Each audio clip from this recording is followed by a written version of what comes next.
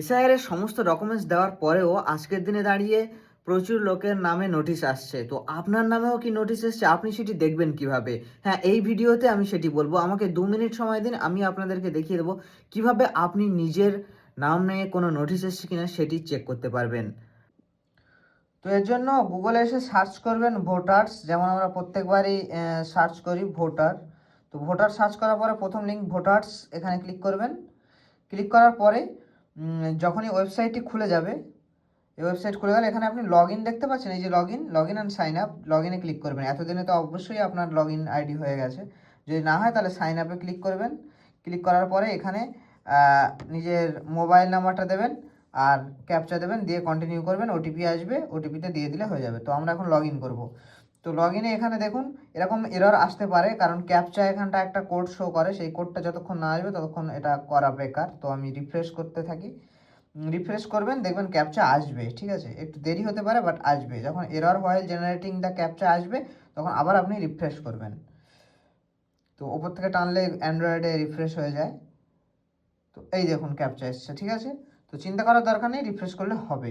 তো এখানটা আপনার রেজিস্টার্ড মোবাইল নাম্বারটা কিন্তু দিতে হবে। তো এখানটা আপনি মোবাইল নাম্বার দেবেন, দেওয়ার পরে এখানটায় আপনি এই যে উপরে যে লেখাটি আছে এই লেখাটাই এখানটায় কিন্তু আপনাকে দিয়ে দিতে হবে। তো যেমন আমি এই দিচ্ছি, তো এই সেম লেখাটি আমি এখানটা দিলাম, দেওয়ার পরে রিকোয়েস্ট ওটিপি এখানে ক্লিক করলাম। তো এবার আমার ফোনে ওটিপি আসবে, দেওয়ার পর আমি এই ভেরিফাই অ্যান্ড লগ ইনে ক্লিক করব।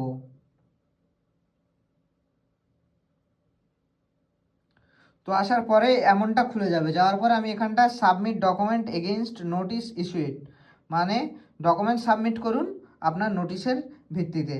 তো এইখানটা ক্লিক করলে আমরা দেখতে পারবো যে ডকুমেন্ট সাবমিট করার জন্য আমরা যাবো, বাট নোটিশ যদি থাকে তারপর তো করব। তো এখানটায় ডকুমেন্ট সাবমিটে ক্লিক করব, করার পরে এখানটা আমার ভোটার কার্ডের নাম্বারটা দিতে হবে। ভোটার কার্ডের নাম্বারটা এখানটা আপনার লিখে দেবেন। তো আমি ভোটার কার্ডের নাম্বারটা এখানে লিখে দিলাম, দেওয়ার পরে সেন্ড ওটিপিতে ক্লিক করলাম। তো এরপরে আমার ফোনে আবার কিন্তু একটি ওটিপি আসবে, 809299। দেওয়ার পরে আমি এখানে সার্চে ক্লিক করব। সার্চে ক্লিক করার পরে no notice has been generated as on day, please check again later. তো এরকম আসলো মানে আমার নামে কোনো নোটিশ হয়নি, মানে আমার ঠিকঠাকই আছে। বাট আপনাদের যদি নোটিশ শো করে তাহলে ওখানটা কিন্তু নোটিশ শো করবে, এবং কি কারণ সেটি আপনাদের বলে দেবে, এবং হিয়ারিংয়ের ডিটেলস কিন্তু সেখানটায় থাকবে। তো বুঝতে পারলেন কিভাবে কি করতে হয়। অবশ্যই ভিডিওটি শেয়ার করে নিজের টাইমলাইনে রেখে দিন, যাতে পরে খুঁজে পেতে আপনার সুবিধা হয়। ধন্যবাদ।